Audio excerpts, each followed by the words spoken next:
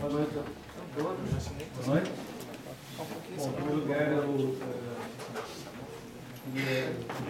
professor Rui Ockmann, vice-reitor, tinha confirmado a presença, comunicou que talvez não consiga chegar. Por caso, eu queria agradecer de pouco a exposição do reitor em exercício. Muito obrigado a todos. Nós, então, temos hoje,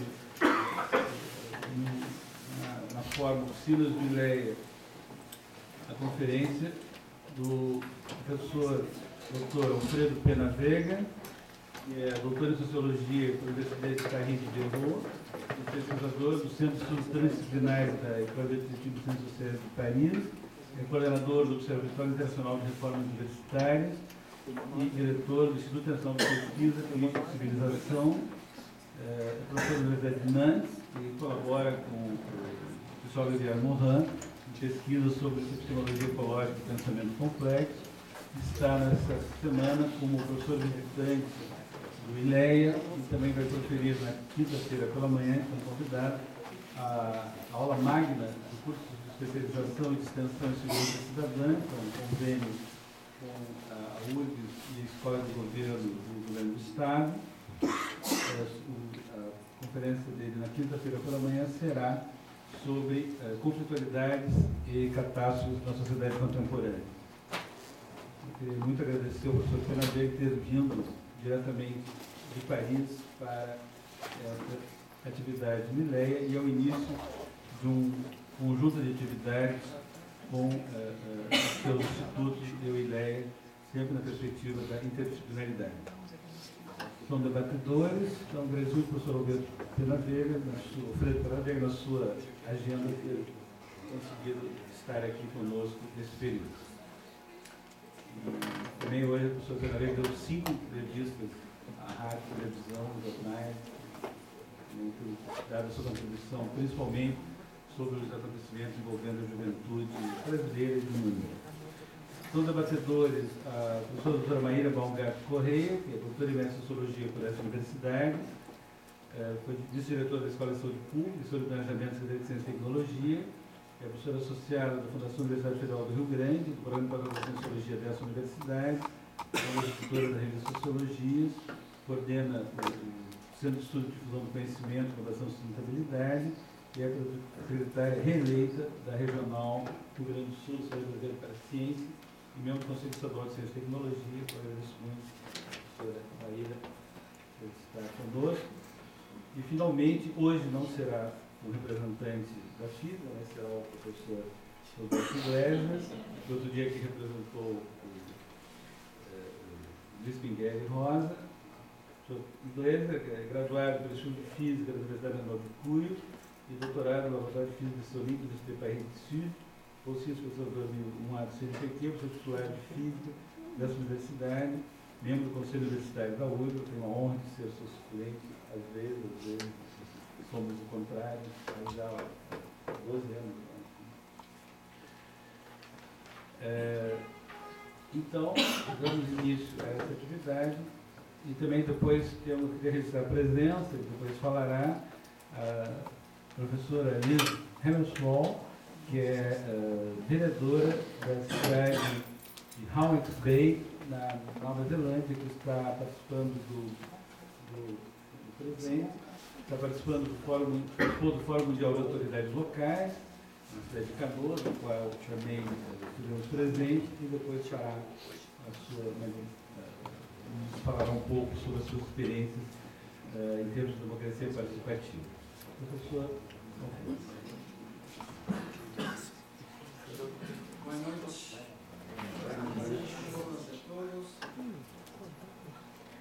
Boa noite a todos e a todos. Muito obrigado pelo convite, professor José Vicente Tavares. Para mim é um prazer estar nessa cidade que eu não conheci. E mais uma vez no Brasil. Sou um pouco já da casa, tenho uma trajetória com algumas colaborações com outras universidades, então quando eu volto para o Brasil, eu volto para minha sempre sou bem recebido. Eu acho que isso aí ajuda muito a convivialidade e a trabalhar num ambiente favorável. Agora, eu vou fazer duas modificações, correções. O centro não é mais o centro transdisciplinar, aliás, o centro se chama Centro de Estudos História, Antropologia e Sociologia, Centro de Estudos Transdisciplinários, Sociologia, História e Antropologia, mas mudou faz 3 anos, hoje se chama Centro de Camerã. E na França é um caso único de um centro que leva o nome de um personagem que ainda está vivo, graças a Deus, com 93 anos. Eu sou seu colaborador faz já uns 20 anos, mas isso não quer dizer que compartilhamos as mesmas ideias, que trabalhamos juntos, mas aqui vou falar com o Alfredo Penavega. Agora, essa é uma primeira introdução para a segunda, é que o tema que o Sr. Vicente me pediu, podemos dizer que é um vasto tema, né? E ele deu o título. Eu fiquei muito preocupado como poder tentar não é a ideia de sintetizar, mas mostrar como justamente esta questão da complexidade, né, tem hoje tem avançado muito, 20 anos, só que vocês sabem perfeitamente, tem várias escolas, né? Então eu não represento nenhuma escola, eu diria que mais estou numa linha de tentar de avançar numa reflexão mais epistemológica, para alguns é teoria, para outros é ciência, para outros é pensamento complexo. Eu vou dizer que mais um mix dos três. E terceiro ponto importante, minha formação é ciência humana. Então eu procurei os 15 anos, mais ou menos, de tentar compreender como esta teoria poderia ser viável, né, do ponto de vista paradigmático, para tentar avançar um pouco mais no que diz respeito aos modelos. Eu chamaria mais modelos complexos em ciência humana. Há uma divergência também para alguns que consideram que a teoria é mais uma base epistemológica, mas que ela tem alguns limites quando a gente passa mais para, digamos, a aplicação. Eu acho que não. Eu acho que ela tem dois eixos que são importantes, e que é o eixo epistemológico, que eu acho que aí temos uma literatura muito rica, né? Que aí temos várias escolas, né? E eu acho que esse eixo epistemológico tem trazido bastante coisas importantes para as ciências humanas. Embora em algumas escolas, principalmente num país como o nosso, o país que eu moro, lá na França, como um país cartesiano, há uma dificuldade justamente para penetrar no mundo acadêmico e principalmente no mundo das ideias. Mas eu acho que há um avanço, não sou pessimista, e vou tentar justamente agora demonstrar a vocês como as coisas hão evoluído. O terceiro ponto importante que eu vou colocar é que vocês vão me desculpar, mas eu trouxe meu slide em francês, não teve o tempo nem assistência técnica para alguém me fazer a tradução, para não massacrar a literatura brasileira. Eu não quis me arriscar a fazer eu mesmo a tradução, porque vai ser muito mal visto, né? Estar em uma universidade universidade e mostrar um slide com falta de português não é bom. Então eu vou mostrar minha slide em francês, mas na medida que eu vou mostrando, vou comentando a ideia das slides, principalmente para você ter um fio condutor da discussão e tentar de chegar mais, digamos, nas ideias, né? E, evidentemente, cada slide, para mim, é praticamente um tema diferente. Então, como eu trouxe bastante, eu vou tentar de não aborrecer vocês. E eu não sei qual é o tempo que nós temos qual é o tempo que eu tenho para falar, me disseram mais ou menos 1 hora. E eu acho que eu vou tentar mostrar minhas slides durante essa hora para a gente depois, com meus colegas, que eu também agradeço a participação, estar aqui também na mesa, acho que a gente vai ter a possibilidade também de dialogar e dialogar também com vocês. Evidentemente é um tema que é para um ciclo de conferência, vários cursos, não é um todo. Então, vocês podem pegar aquilo que você acha que para vocês é importante e eu vou mostrar por que essa teoria é importante para nós todos. Então acho que eu vou começar por uma provocação. Vamos começar para tentar nos entender bem de que estamos falando. Né? Vamos começar por o começo. E para aqueles que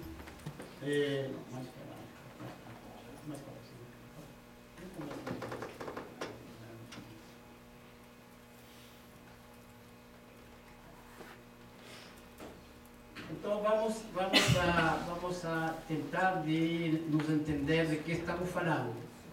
E aí há umas divergências que são importantes. Já no que eu vou falar, no começo eu vou falar, há uma divergência que é fundamental, uma divergência epistemológica, e acho que aí já temos, na primeira parte de minha fala, já temos um tema de discussão que é importante. A primeira.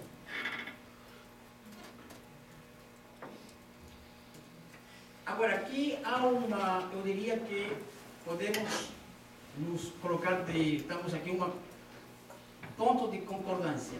Temos um ponto que acho que é importante para todos nós. Para todos nós que temos essa, digamos, uma abordagem dentro da história da ciência, principalmente na história da complexidade. Qual é o primeiro ponto? Eu acho que todos nós reconhecemos que o caráter revolucionário, eu diria até paradigmático, uma revolução paradigmática, do conceito de sistema. Aí, acho que todo mundo reconhece que a noção de sistema tem um papel fundamental dentro da evolução do conceito de complexidade.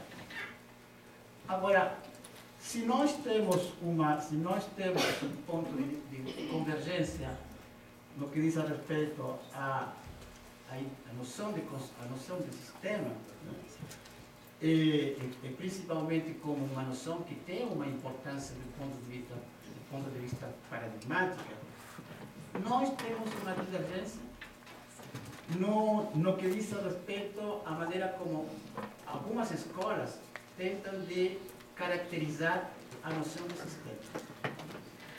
E aí há um ponto, digamos, forte de discussão é que há algumas escolas que consideram que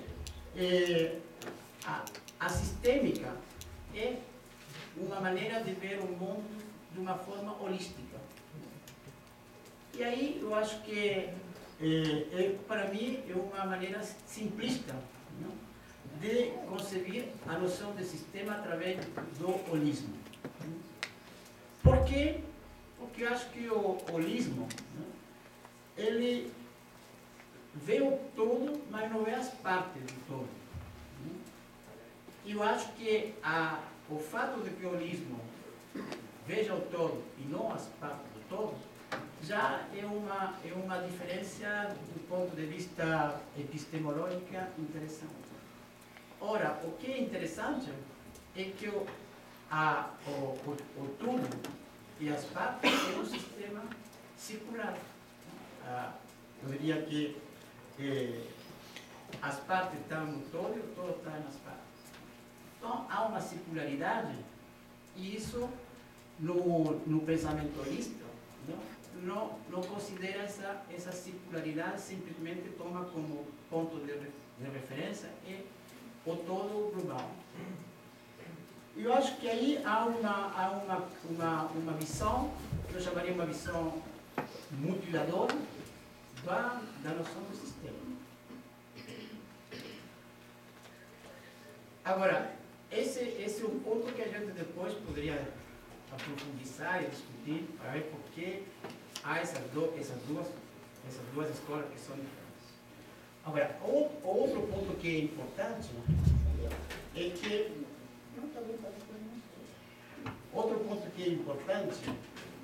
que acho que há um ponto, digamos, uma convergência também, é que a noção de sistema é a raiz da complexidade. Isso aí é uma convergência daqueles que estudam a história da complexidade, do ponto de vista epistemológico, consideram que o sistema é verdadeiramente a base, digamos, da complexidade. Agora, o que é importante, digamos, nesta relação do fato de que o sistema é a base da complexidade é que quando justamente nós vamos a enfrentar o que nós chamamos de uma complexidade do real, essa forma de enfrentar o real vai nos permitir de pensar de outra forma o sistema, não de uma maneira redutora, não de uma maneira disjuntiva e não de uma maneira abstracta, como é visto mais ou menos em uma visão mais holística do sistema. Aí, eu acho que a discussão pode ser importante para ver por que justamente o sistema holístico leva justamente a uma visão à la vez disjuntiva, redutora e abstrata. Então, acho que aí tem um ponto também teórico que eu acho que é importante, que vale a pena depois aprofundizar através de exemplos concretos. E aí eu acho que a física, a biologia, a astrofísica vai nos trazer já algumas argumentações que são, eu diria, mais importantes para esclarecer aqui. Então, o terceiro ponto que eu acho que é importante também de destacar, e que aí também há uma convergência também, é que a complexidade não é um problema de complicação. Muitas vezes também a gente confunde complexidade e complicação. A complexidade é um problema, eu diria, um problema de como tentar de fazer a interação das diferentes partes do sistema.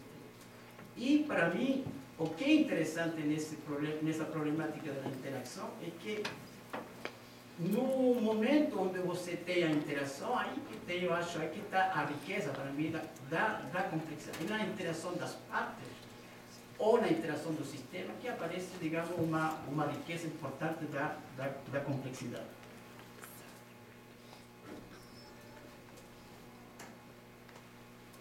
Quais são as características dessa do sistema não redutivo? Acho que o fato de não reduzir, né, é que esse nos leva a reconhecer, né, que as partes nos leva a considerar também, né, que o que constitui o aspecto holístico, né, ele nos leva a ter uma postura, digamos, de um certo reducionismo clássico. E o que para nós é interessante é que o não reducionismo tem que tomar em consideração o que eu chamaria um conhecimento de fenômenos multidimensionais. E o fato de considerar a multidimensionalidade, isso leva verdadeiramente a uma revisão total de uma postura, né, na qual o unidimensional não tem um lugar importante para você poder compreender fenômenos complexos. E eu diria ainda mais para entender fenômenos hipercomplexos. E aí você tem um exemplo clássico hoje nesse aspecto do não reducionismo, e que a gente vê praticamente todos os dias no que diz a respeito da situação do mundo. Aqui temos hoje um fenômeno que é um fenômeno que talvez muitas pessoas vão tentar reduzir a uma visão unidimensional. Qual vai ser a visão unidimensional? Vai ser o fenômeno hoje de contestação social no Brasil é um fenômeno talvez puramente econômico. Outros vão dizer, o fenômeno no Brasil é um fenômeno puramente político. Outros vão dizer, não, o fenômeno no Brasil é um fenômeno puramente ético. Então, eles vão tentar viver um fenômeno complexo como é o fenômeno hoje numa contestação social, que tem uma hipercomplexidade, vão tentar reduzir a uma única dimensão. Ora, o que a gente pode ver em um caso concreto, o caso que está acontecendo aqui no Brasil, o fenômeno social da contestação é um fenômeno multidimensional. Ele tem uma dimensão política, ele tem uma dimensão econômica, ele tem uma dimensão psicológica, ele tem uma dimensão ética, e ele pode ter também uma dimensão existencial. Né? E a dimensão existencial é difícil de você poder identificar e inclusive você poder quantificar o que está acontecendo numa cabeça de uma pessoa hoje frente à realidade que é o movimento social no Brasil. Mesma coisa, não disjuntiva. Não disjuntiva quer dizer o quê? Quer dizer que nós temos que, ao lugar de dissociar, nós temos que associar e nós temos que utilizar essas dimensões, temos que associar essas dimensões e dar um caráter comunicacional. Né? Cada dimensão ela tem uma forma de comunicação. Elas não são separadas, são solidárias uma com a outra. Então, se você pega, por exemplo, no caso concreto que nós estamos vivendo hoje no Brasil, se você pega o aspecto político, você tem que achar a forma comunicacional que tem com o aspecto econômico. E você vai achar qual é a parte do todo do econômico que encaixa na parte do todo social. E aí você pode ver que ambas partes são solidárias do mesmo processo. Mesma coisa, você não pode dissociar do contexto que nós temos aqui no Brasil hoje, você não pode dissociar o aspecto cultural, você não pode dissociar o aspecto espiritual, você não pode dissociar o aspecto físico, no sentido físico próprio da palavra, você não pode dissociar o aspecto biológico daquilo que está acontecendo. Então, há uma necessidade de fazer que essas dimensões possam comunicar uma com a outra.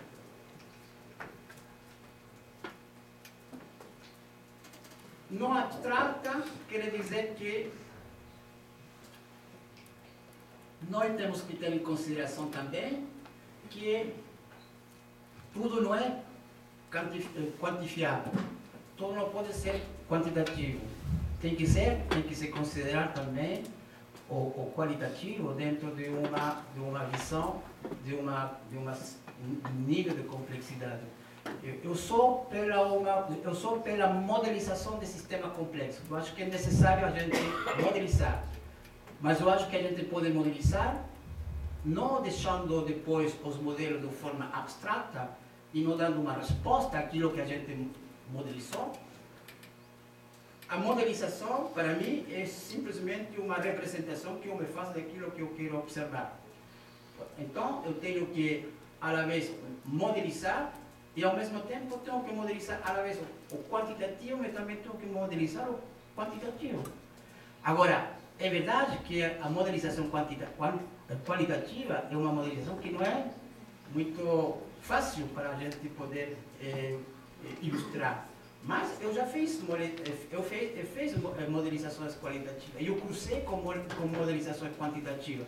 E isso permite de sair, do meu ponto de vista, isso permite de sair de uma visão bastante abstrata daquilo que a gente quer demonstrar. Por quê? Porque eu acho que a complexidade não é abstração. A complexidade permite de dar uma melhor visibilidade àquilo que você não consegue enxergar através de uma única dimensão. Então, para avançar nessa primeira parte sobre o sistema, eu posso dizer que podemos conceber que a complexidade é um processo que toma em consideração a sistêmica, é propriamente sistêmica. A complexidade é propriamente sistêmica. Por quê? Porque toma as partes do todo e permite justamente a interação dos subsistemas, dos subsistemas do sistema. Então, acho que há um ponto de convergência que podemos considerar que a sistêmica a complexidade é sistêmica.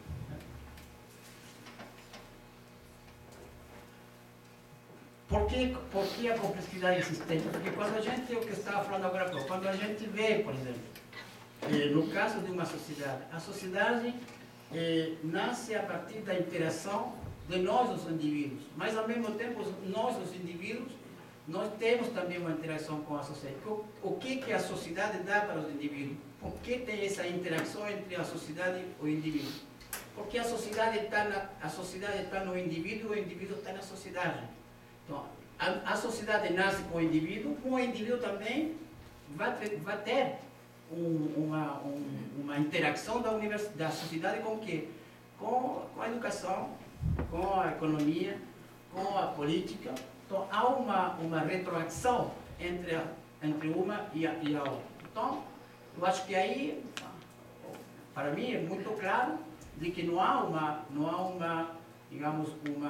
dicotomia naquilo que a gente propõe.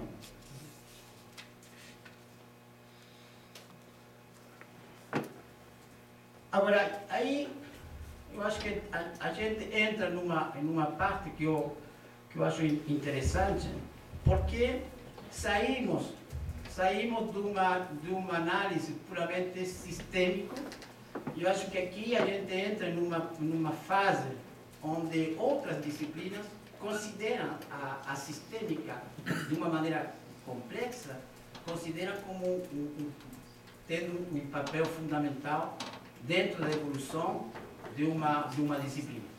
Então, podemos dizer que o que caracteriza, por exemplo, em outras áreas do conhecimento sistêmica, é que ela é um verdadeiro sistema de comunicação, um verdadeiro sistema comunicacional, não somente com o corpo, com o ser, mas também com o conjunto. E aí, o que eu coloquei faz pouco, o conjunto que vai interagir justamente com o ser. E eu acho que aí, por exemplo, na biologia, o que é um aspecto importante, é que não é mais considerada na biologia a química como sendo simplesmente a base fundamental do vivo, do ser. Então, há outro elemento importante que se chama frequências, e as frequências são um processo de comunicação entre as diferentes partes que compõem justamente o ser vivo. E aí, do ponto de vista da biologia, eu acho que aí há um salto muito importante. Por quê? Porque nessa relação da frequência, o que aparece como sendo um ponto fundamental é a importância que tem a quântica, tá? Que vai verdadeiramente revolucionar um pouco, eu acho, profundamente, não um pouco, mas profundamente, a biologia. Nós passamos do que eu chamo de um animal newtoniano, por dizer assim, a um animal quântico. Então, acho que aí há verdadeiramente uma revolução, né? Eu diria uma revolução paradigmática, que é importante na biologia, mas que não fez ainda, no meu modo de pensar, não fez ainda sua revolução profunda do ponto de vista digamos, o que é a vida. Mas, pelo menos, eu acho que há um avanço que é significativo entre o que era a visão newtoniana e o que hoje é a visão quântica. Que é o que significa o fato de hoje nós ser animais quânticos? Significa simplesmente que nós somos um conjunto de frequências, um conjunto de entidades interconectadas com o resto do universo. Outra vez havia uma separação entre o que era o mundo do cosmos e o mundo digamos, do vivo, do ser vivo. Então, hoje nós sabemos que as duas esferas estão interconectadas. Nós não estamos sozinhos, nós nunca estivemos sozinhos no universo. Nós fazemos parte, através do universo. Então, hoje há um aspecto importante, no sentido de que o universo, ou pelo menos aquilo que o universo provocou quando ele se constituiu, nós hoje fazemos parte, nós temos as partes que são as partes do universo.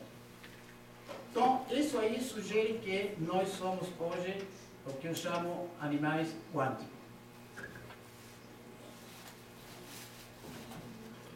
Esse é um ponto que acho importante, que a astrofísica tem avançado bastante. Eu acho também que outro ponto importante da importância da quântica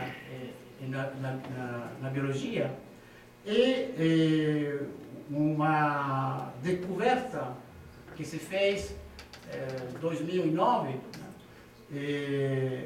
com os físicos. Entre eles está o Paul Davies, como também o Christian Fleming, que mostraram de que os fenômenos quânticos também têm uma reação na fotossíntese. E a fotossíntese, evidentemente, é aquilo que nos dá a nossa existência. Então, isso aí é um elemento fundamental de que seja considerado hoje como uma importância de que a quântica tem um efeito importante na fotossíntese, porque isso muda fundamentalmente a visão darwiniana da teoria da evolução. Isso. Então, eu acho que aí há dentro do que é a evolução da teoria da complexidade, eu acho que aí há um avanço importante na ciência, de integrar a física, na biologia, a física quântica para justamente mostrar, talvez conceptualizar de outra forma os nossos próprios origens. Então, aqui também faz parte daquele aporte que traz a física quântica, que diz que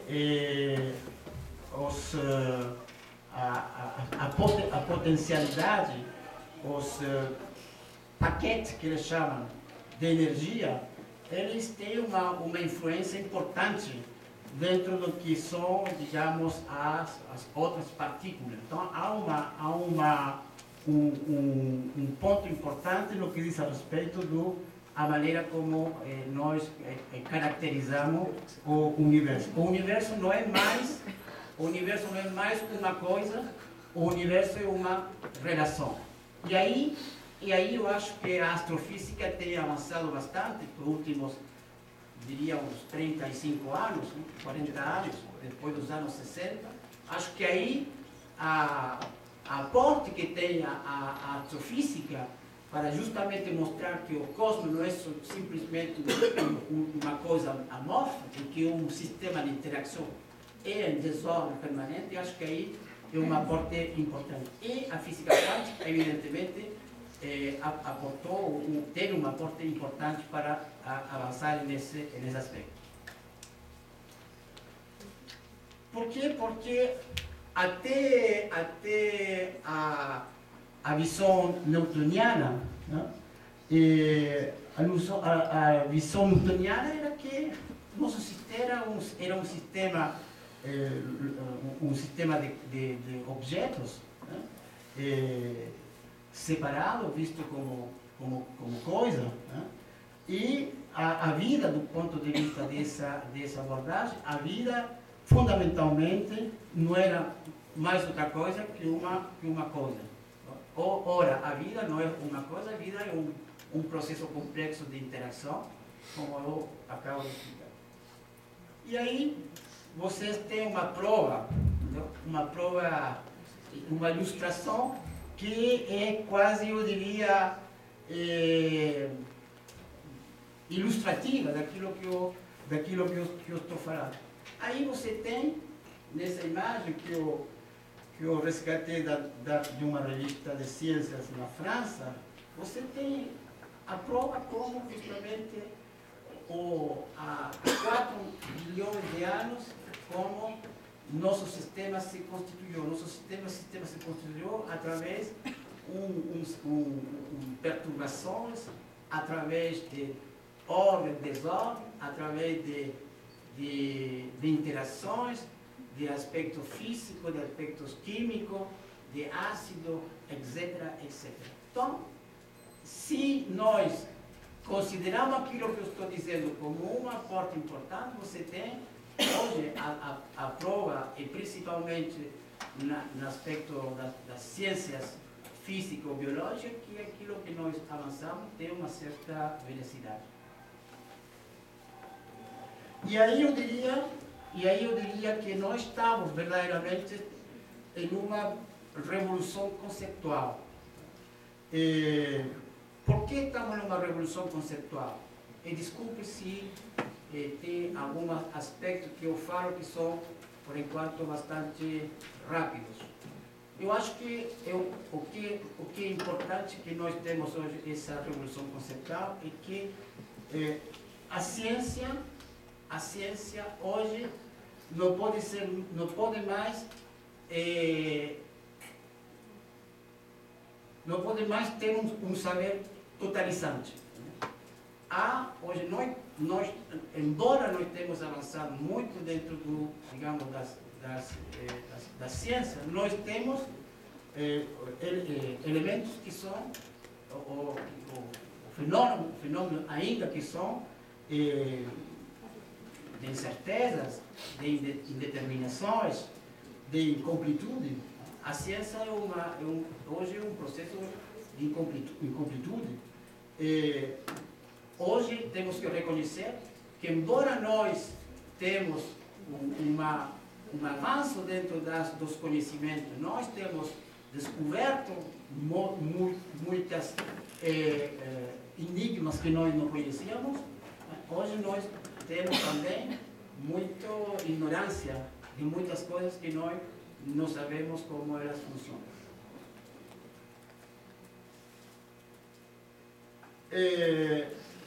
Agora, devemos que reconhecer, e aí podemos dizer que uma grande revolução paradigmática é a revolução da física. A física fez sua revolução paradigmática e que nos saiu de um mundo, de um universo que é um universo fragmentado, mecanicista, determinista, e nos levou a um mundo. E aí eu tenho uma verdadeira divergência com alguns físicos, porque alguns físicos dizem nos levou para um mundo holista. Eu acho que não é um mundo holista, eu acho que nos levou para um mundo mais complexo, até um mundo hipercomplexo, entendeu?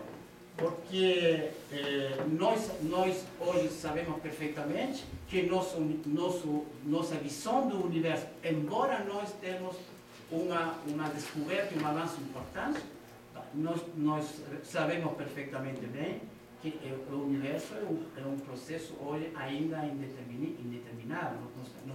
Nós sabemos simplesmente 4% do universo, 4% somente. Imagina, nós temos conhecimento só de 4%, e o resto nós somos totalmente ignorantes do que o universo pode nos oferecer.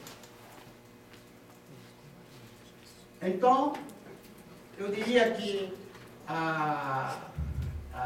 aspecto da revolução paradigmática, que nós podemos hoje considerar como sendo um aspecto fundamental para os conhecimentos, e não simplesmente para o conhecimento da ciência, mas também eu vou mostrar para vocês como a gente pode fazer a transição hacia as ciências, as humanidades, porque eu acho que o acontecimento da mecânica quântica, ela permitiu de abrir e de trazer outros conceitos que posteriormente nós vamos a poder também usar. E principalmente o princípio de incerteza de Heisenberg, que eu acho que é um conceito que muito tempo ficou localizado, utilizado simplesmente pela física, posteriormente foi a biologia, a astrofísica, evidentemente, mas daqui dos últimos 10 anos para cá, 15 anos para trás, a noção de incerteza, ela chega também nas ciências humanas, né? Uma disciplina que é uma disciplina determinista, como é a ciência e a economia, a partir dos anos 90, ela introduz também essa noção de incerteza, embora a sua visão de incerteza não é a incerteza que nós identificamos, caracterizamos da física, mas eu acho que o aporte da economia como uma ciência determinista e o fato que ela resgate essas noções, acho que é importante. E, recentemente, nas ciências humanas, a incerteza aparece sempre como uma noção importante para poder justamente entender fenômenos que nós não podemos dar conta através de uma disciplina. Recentemente, na França, a antropologia abriu uma reflexão importante sobre as incertezas na antropologia. Eu acho que não somente abriu para mostrar que a própria antropologia é uma ciência de incerteza, mas ao mesmo tempo trouxe outras disciplinas para justamente tentar não de comparar, mas de ver como cada disciplina das ciências humanas aporta, utiliza, manipula esta noção de incerteza.